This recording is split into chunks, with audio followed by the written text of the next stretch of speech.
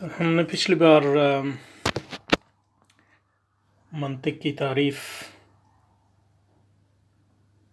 جو مولانا نے کی تھی اس کو دیکھا ہے، تو اس سے یہ پتہ چلا کہ منطق ایک ایسے علم سے تعبیر ہے جس میں فکر و استدلال کے ان پیمانوں سے بحث کی جاتی ہے جو صواب و خطا کے درمیان امتیاز کھینچ سکیں اور یہ بتا سکیں کہ پیش کردہ مقدمات میں کہیں جھول تو نہیں۔ اور یہاں ہم نے یہ کہا تھا کہ مقدمات میں جھول نہیں ہوتا، استدلال میں جھول ہوتا ہے۔ مقدمات صحیح ہوتے ہیں یا غلط ہوتے ہیں، مغالطہ آرائی اور سفسطہ کی کارفرمائیاں تو نہیں ہیں۔ اگر استدلال صحیح ہے تو ان خطوط کی وضاحت کر سکیں جن کی بدولت اشب استدلال زیادہ مستقیم سے ہٹنے نہیں پائے۔ اگر صحیح نہیں ہے تو پھر اپنی نپی تلی زبان میں اس پیچ فیلسی کا ترجمہ پیش نہیں کرنا چاہیے، فیلسی کا ترجمہ مغالطہ ہونا چاہیے، مغالطہ۔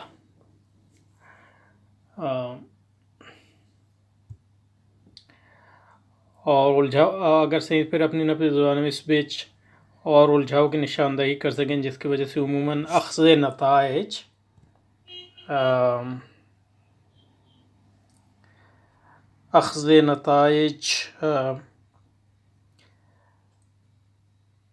اور اگر صحیح پھر اپنی نفی زبان میں اس مغالطے اور الجھاؤ کی نشاندہی جس کی وجہ سے عموماً اخذ نتائج میں غلطی کا ارتکاب ہوتا ہے۔ اچھا، یہاں تک ہم کر چکے تھے، تو اس کو ذرا دوہرا دیں اور ہو سکتا ہے کچھ نئی باتیں ذہن میں آ جائیں، تو اس لیے اب دیکھیں منطق جو ہے، ارسطو کی منطق جو مسلمانوں کے ہاں آئی ہے۔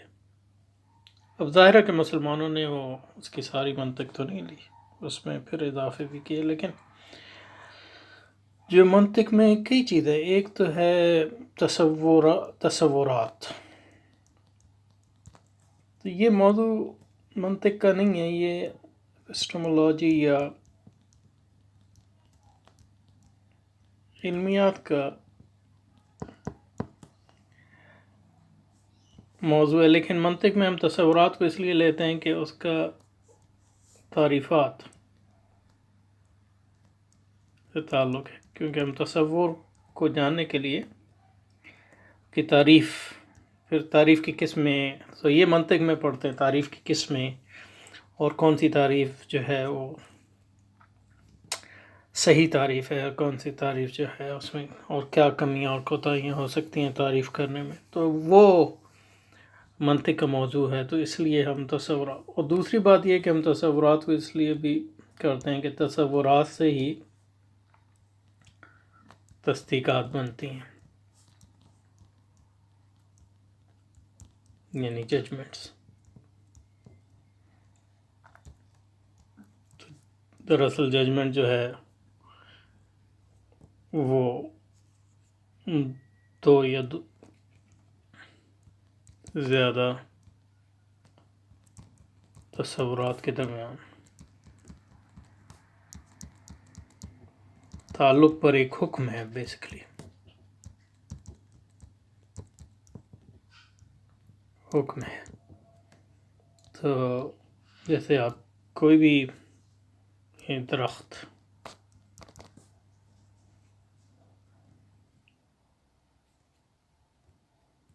سبز ہے، تو اس حکم کو لگانے سے پہلے آپ کے پاس درخت کا تصور ہونا چاہیے اور سبزی کا تصور ہونا چاہیے۔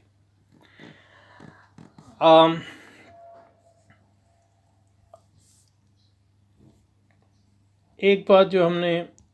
پچھلی بار نہیں کہی، آپ تصور کی بات کریں یا حکم یا تصدیق کی بات کریں،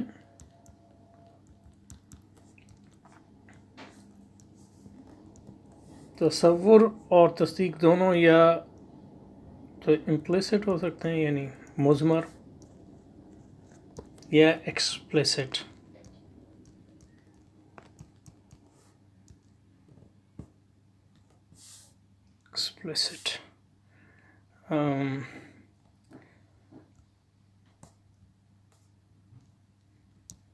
ظاہر، تو ہم عموماً یعنی میں دیکھتا ہوں اپنی دروازے سے باہر یا کھڑکی سے باہر، اور میں دیکھتا ہوں اور میرا ذہن یہ سوچتا ہے کہ درخت جو ہے وہ سبز ہے. اب جو ہے میں نے بظاہر جو ہے، ضروری نہیں ہے کہ میں ایکسپلیسٹ کا مطلب جو ہے، ایکسپلیسٹ کا جو ترجمہ وہ ظاہر یا صحیح معلوم نہیں ہو رہا. میرا خیال میں اس کا زیادہ مناسب ترجمہ ہے صریح.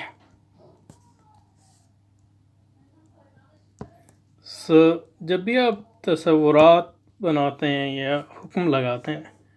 وہ مثمر ہو سکتا ہے، زیادہ تر تو مثمر ہی ہوگا، کیونکہ ہم صراحتاً جو ہے تصورات کا استعمال،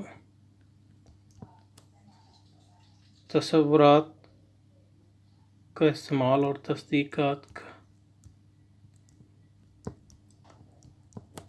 استعمال کم کرتے ہیں. زیادہ تر جو ہے یہ چیز مضمر ہوتی ہے. تو میں نے دروازے کے باہر جو ہے جھانکتا ہوں یا کھڑکی کے باہر جھانکتا ہوں اور میں دیکھتا ہوں درخت سبز ہے، تو میں نے تصور تو میرے پاس درخت کا ہے، اور سبزی یعنی گرینری کا بھی تصور ہے، اور میں نے ایک قسم کا حکم بھی لگا ہے. لیکن یہاں جو ہے وہ میں نے حکم اور یہ تصورات جو ہیں صریح نہیں ہے، صراحتاً نہیں ہے، بلکہ یہ مضمر ہے. ہاں، اگر کوئی میرے اس مضمر حکم کا اور مضمر تصورات کے بارے میں کوئی اس پر اعتراض کرے گا، تو پھر مجھے جو ہے صراحت کرنی پڑے گی. تو بہت سی چیزیں جو ہیں وہ جو منطق بتاتی ہے،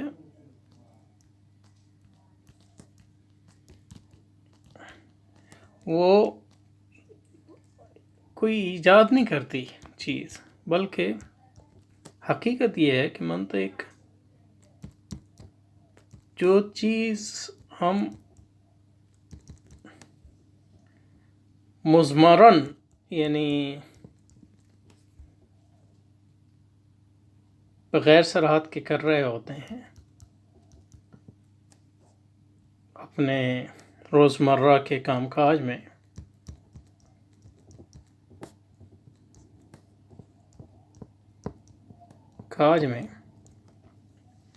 تو اسی کو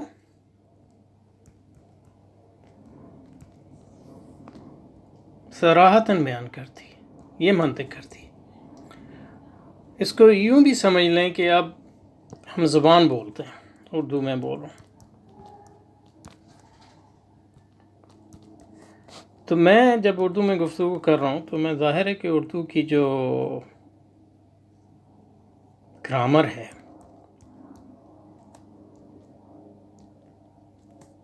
اردو کے جو قواعد ہیں، اردو زبان کے جو قواعد ہیں،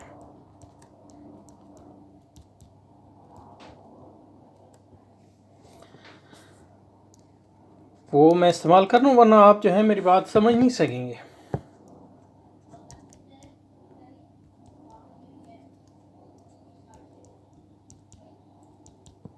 لیکن یہ تو نہیں ہے کہ میں اس چیز کو، یعنی میں قواعد کو، اردو کے قواعد کو استعمال کر رہا ہوں، لیکن مضمراً، یعنی میں کوئی صراحتاً یہ نہیں سوچ رہا کہ اچھا یہ قاعدہ ہے. اور لیکن اگر میں کوئی غلطی کروں، یعنی تو پھر کوئی مجھے اس پہ ٹوکے،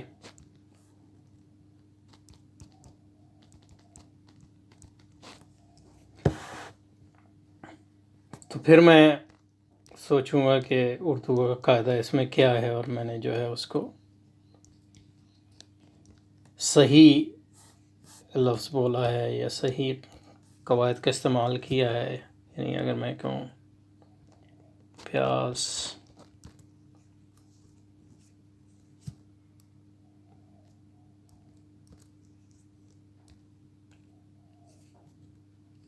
ترش ہے یا پیاز پرانی ہے، تو کوئی مجھے کہہ سکتا ہے جناب پیاز جو ہے مؤنث نہیں ہے، مذکر ہے، تو اس لیے آپ پیاز پرانا ہے استعمال کریں وغیرہ. تو میں کہوں گا جی ٹھیک ہے، میں نے غلطی ہو گئی، کیونکہ میں اہل زبان میں سے نہیں ہوں، یا اہل زبان بھی غلطیاں کرتے ہیں. یا یہ ہے کہ میں یہ کہہ سکتا ہوں کہ نہیں جناب پیاز جو ہے مؤنث بھی استعمال ہوتی ہے اور پیاز مذکر بھی استعمال ہوتی ہے وغیرہ وغیرہ. تو یہ ہیں زبان کے قواعد.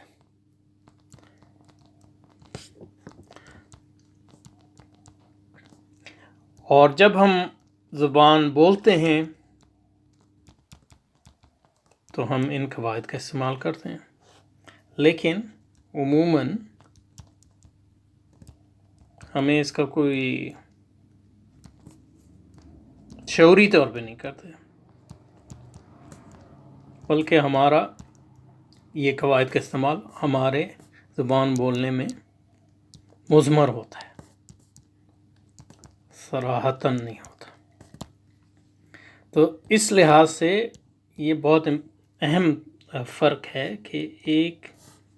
چیز کا استعمال آپ مضمراً کریں یا صراحتاً کریں، یعنی امپلیسٹ ہو یا ایکسپلیسٹ ہو. اب آپ اگر کوئی نئی زبان سیکھ رہے ہیں تو پھر آپ کو جو ہے نئے قواعد سیکھنے پڑیں گے اس زبان کے، اور کیونکہ آپ کو اتنی مہارت ابھی نہیں ہے اس زبان میں، تو آپ جو ہے صراحتاً آپ وہ استعمال کریں گے. یعنی اب اگر میں، اور یہ کتنی صراحت ہوگا اور کتنا مضمر ہوگا آپ کا یہ استعمال، یہ اس پر زیادہ تر منحصر کرتا ہے کہ آپ کی اس زبان میں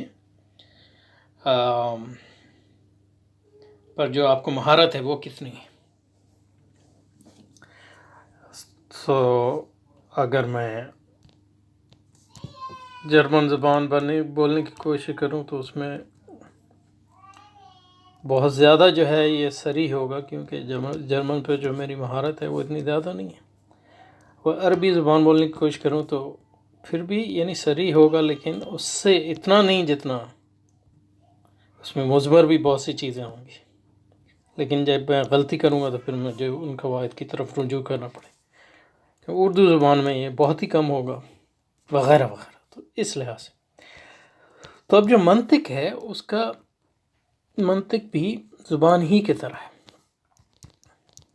اس کی بھی ایک گرامر ہے. یعنی منطق کی گرامر کا نہیں بلکہ فکر اور استدلال کی بھی ایک گرامر ہے، اور اس گرامر کا ہر آدمی استعمال کرتا ہے، اور اس گرامر کو لوگ منطق کہتے ہیں. اور انسان ہر آدمی عالم جاہل وہ گرامر جو استدلال کی ہے اس کو استعمال کرتا ہے.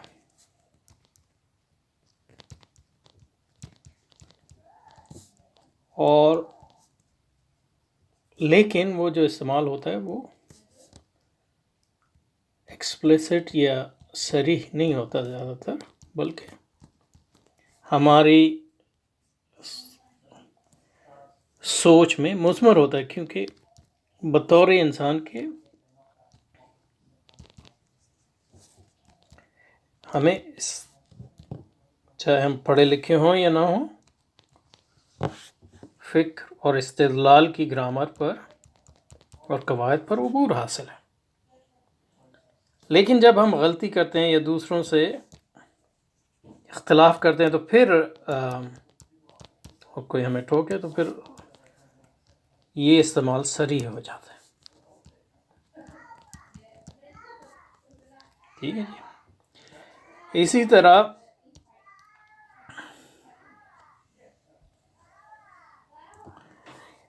جس طرح آپ نے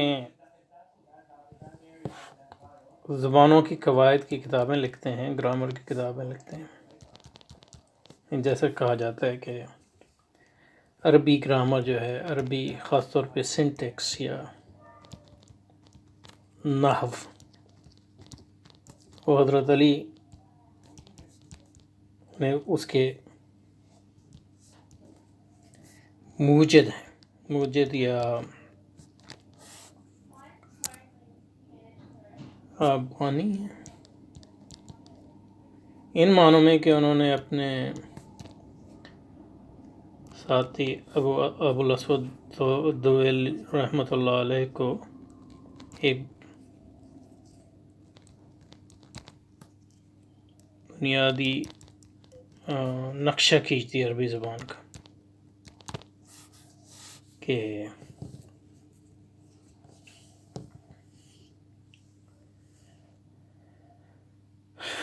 جو فاعل ہوگا وہ مرفوع ہوگا، یعنی اس پہ ہماری مفعول ہے وہ منصوب ہوگا، مضاف الیہ وہ مجرور ہوگا وغیرہ، اور کہا کہ اس خط کو لے کے اور عربی کلام جو ہے انہوں نے کہا اس کے 3 اجزاء ہیں، وہ ہوگا اسم یا فعل یا حرف وغیرہ، اور یہ نقشہ دے کے ابو اسد علی کو رحمۃ اللہ علیہ کو انہوں نے کہا کہ اب تم جو ہے عربی زبان کی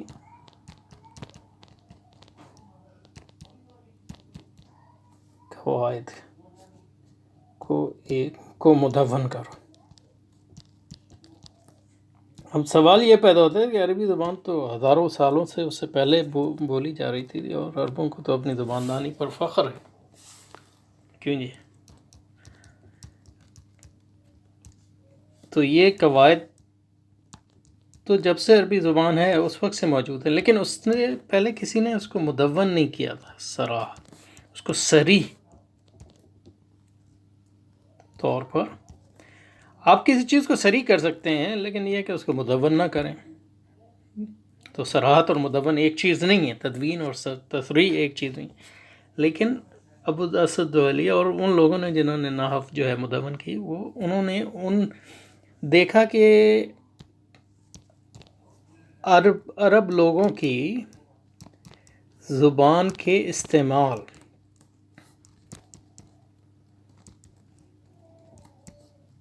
میں کیا قوانین اگر ہیں مضمر ہیں، مضمرن کار فرما ہے، اور اسی آبزرویشن یا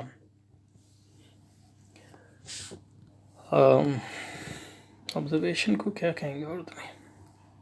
یعنی اسی تفحص، اسی کر کے انہوں نے دیکھا کہ عربوں کے استعمال میں اسی یعنی عربوں کے استعمال کو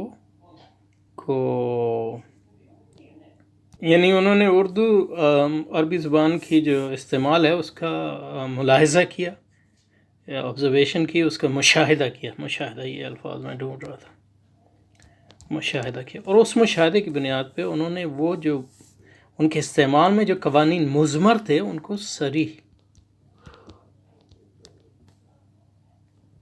صراحت کے ساتھ بیان کیا اور پھر ان کو مدون کیا۔ تو اس طرح جو ہے گو کہ عربی زبان کے قواعد تو اس وقت سے موجود ہیں جب سے عربی زبان بولی جاتی ہے،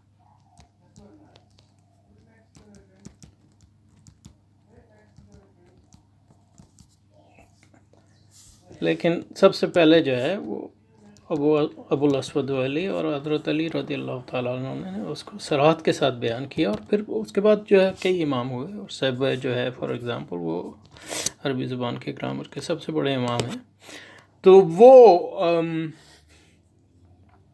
انہوں نے صراحت کے ساتھ اس کو بیان کیا۔ تو اس کا یہ مطلب نہیں کہ ابو الاسود علی یا حضرت علی رضی اللہ تعالیٰ عنہ یا امام سیبویہ نے عربی زبان کی گرامر کو جو ہے اس کے موجد ہیں، نہیں، وہ تدوین انہوں نے کی انہی معنوں میں۔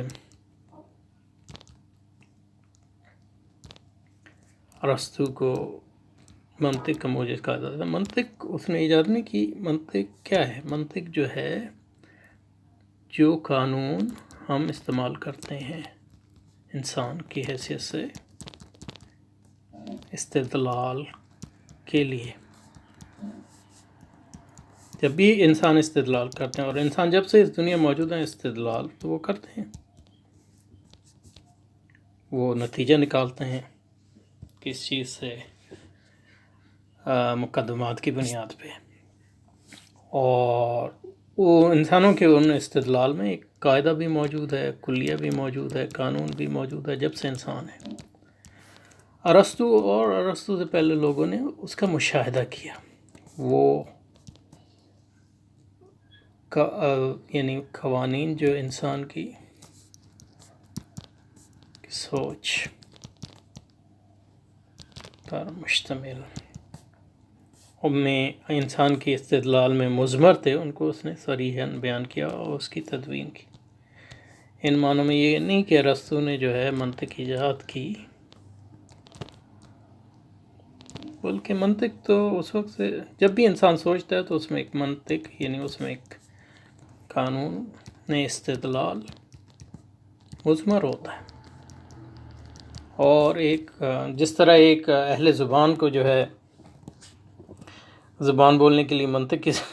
زبان بولنے کے لیے گرامر کی ضرورت نہیں ہے، اسی طرح انسان کو بھی بنیادی طور پر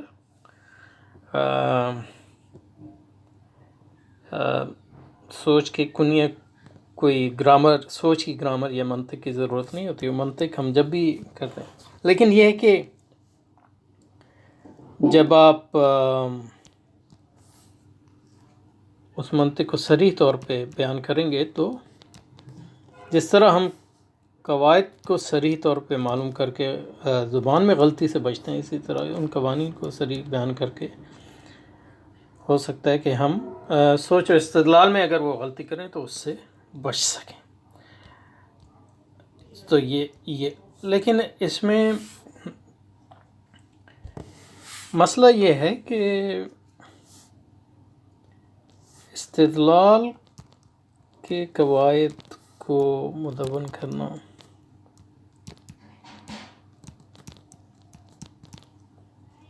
اتنا آسان نہیں ہے جتنا زبان کے قواعد کو، کیونکہ زبان کے قواعد جو ہیں وہ میں ان پر زیادہ تر متفق ہوتے ہیں اہل زبان،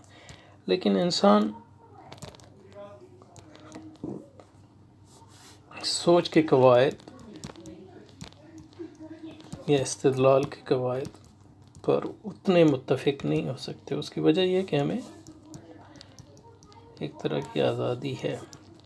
کہ ہم کس طرح سوچیں. آپ کو اتنی آزادی نہیں ہے کہ آپ زبان کس طرح بولیں. اور وہ آزادی کا جو جب بھی ایلیمنٹ کسی میں آتا ہے کسی بھی چیز میں تو اس میں غلطی کا بھی امکان ہوتا ہے، لیکن اختلاف کا بھی امکان ہوتا ہے. اور اس اختلاف کو آپ منطق کی بنیاد پہ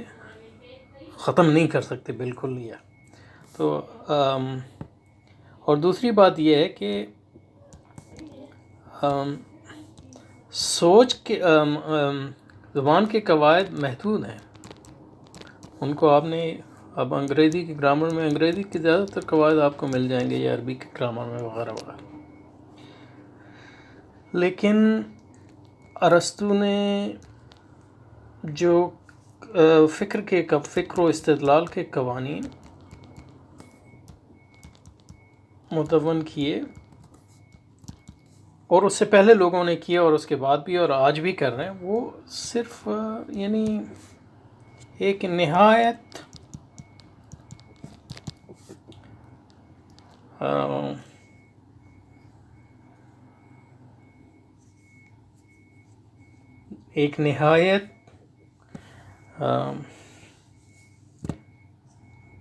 چھوٹا سا حصہ ایک ہے جو پورے انسان کی عمومی استدلال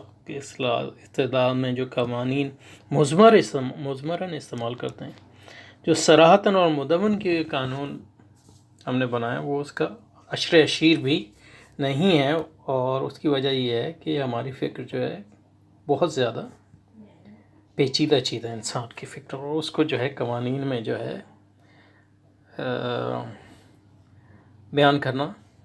اتنا آسان نہیں ہے، اور اس کو مکمل طور پہ کبھی قوانین میں بیان نہیں کیا جا سکتا۔ اس لیے ہمارے پاس نہ صرف یہ کہ منطق کہ جو قوانین ہیں وہ استدلال کے قوانین کا احاطہ نہیں کرتے، دوسرا یہ ہے کہ کوئی ایک منطق نہیں ہے، کئی منطق ہیں۔ ارسطو کی منطق ہے، اس سے پہلے رواقیوں کی منطق تھی، تو آپ کے اس کے بعد آل میڈیول قرون وسطیٰ میں کئی منطقیں لوگوں نے بیان کی، پھر جیسے امام ابن تیمیہ ہے، اس میں انہوں نے اپنی جو ارسطو کی منطق کی، تو اس کا مطلب یہ نہیں کہ وہ منطق کو رد کرتے ہیں، بلکہ ان کا ایک اپنا تصور ہے منطق کا، اور وہ ارسطو کی منطق کی حدود بیان کرتے ہیں، اس کی محدودیت، اس کی لمیٹیشن بیان کی۔ پھر ہمارے اسلام میں جو منطق ہے وہ صرف منطق کی کتابوں نہیں، بلکہ اصل میں جو اسلامی منطق آپ کو اگر پڑھنی ہے تو وہ اصول فقہ کی کتابوں میں ملے گی۔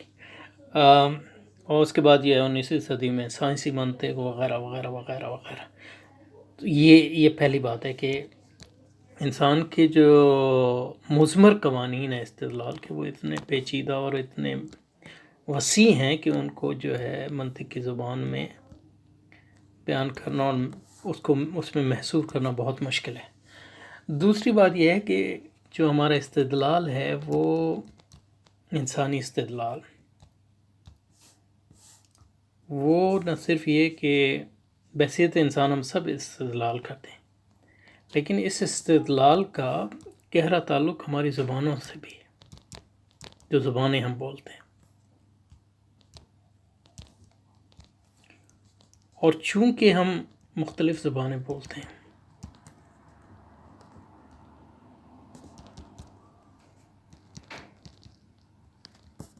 اس لیے ہمارے استدلال کے طریقے جو ہیں ان زبانوں کے رنگ میں رنگے ہوئے ہیں، اور اس لحاظ سے ایک منطق بنانا مشکل ہے، کیونکہ ایک منطق اسی وقت بنے گی ایک منطق جب آپ ایک ایسی زبان ایجاد کر سکیں جو ہر کوئی سمجھتا ہو۔ تو اس لیے آپ کو پتہ ہے کہ 19ویں اور 20ویں صدی میں کچھ منطق کے لوگ تھے، انہوں نے آرٹیفیشل لینگویجز اور زبانیں، یعنی مصنوعی زبانیں تخلیق کرنے کی کوشش کی، اور ہم جو استعمال کرتے ہیں ریاضی میں اور کمپیوٹر میں، یہ مصنوعی زبانیں، اس لیے ریاضی اور کمپیوٹر وغیرہ میں اختلافات اتنے نہیں ہوتے، لیکن مسئلہ یہ ہے کہ ہر چیز جو ہے مصنوعی زبان میں بیان کرنا ناممکن ہے، خاص طور پہ وہ امور جو انسانوں کے لیے جو ہے اہم ہوتے ہیں، جیسے مابعد طبیعت وغیرہ۔ تو یعنی یہ ہم پتہ نہیں، بہت لمبی ہو گئی بات۔ تو کہنے کا مقصد یہ ہے کہ منطق کے جو قوانین ہیں وہ مضمر اور صریح میں، اور صریح جو ہیں وہ بنیادی طور پہ انسانی طریقہ استدلال کو جو مضمر ہے اس کو صریح زبان میں مدون کرنے کی کوشش کرتی ہے منطق، لیکن اس کی حدود ہیں۔ یہ پہلی حد یہ ہے کہ تمام قوانین استدلال کو گرامر کی طرح جو ہے وہ مدون نہیں کیا جا سکتا، کیونکہ بہت وسیع اور پیچیدہ۔ دوسرا یہ ہے کہ منطق استدلال کے جو قوانین ہیں ان کو ہماری زبانوں سے تعلق ہے، تو اس طرح ایک منطق جو ہے اس کا انسانی طریقہ استدلال کو ایک منطق میں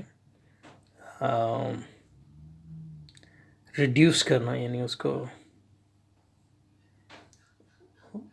اس میں حل کر دینا، یہ بہت مشکل بات ہے۔ تو اس پہ بہت لمبی ہو گئی یہ بات، تو اس پہ انشاءاللہ یہاں ختم کرتے ہیں، اور پھر جو ہم شروع کریں گے وہیں سے جہاں ابھی پہنچے ہیں، کہ یعنی منطق ایسے علم سے تعبیر ہے جس میں فکر استدلال کے ان پیمانوں سے بحث کی جاتی ہے جو ثواب و خطا کے درمیان امتیاز کھینچ سکیں اور یہ بتا سکیں کہ پیش کردہ مقدمات میں کہیں شغل تو نہیں، مغالطہ آرائی اور ترقی کا فرمائیاں تو نہیں ہیں۔ اگر استدلال صحیح ہے تو ان خطوط کی وضاحت کر سکیں جن کی بدولت شب استدلال زیادہ مستقیم سے ہٹنے نہیں پائے۔ اگر صحیح نہیں ہے تو پھر اپنی نپی تھولی زبان میں اس پیچ یعنی مغالطے اور الجھاؤ کی نشاندہی کر سکیں، جس کی وجہ سے عموماً اکثر نتائج میں غلطی کا ارتکاب ہوتا ہے۔ اگلی بار انشاءاللہ اس سے شروع کریں گے بات اہل علم کی اس رائے کو مان لینا درست نہیں کہ اس فن کا موجودہ رست ہے۔ تو آج جو میں نے بات کی وہ اسی جملے کی وضاحت کے لیے دراصل کی تھی، تو انشاءاللہ اگلی بار جب ہم اس کو پڑھیں گے تو زیادہ اس کی سمجھ میں آسانی ہوگی۔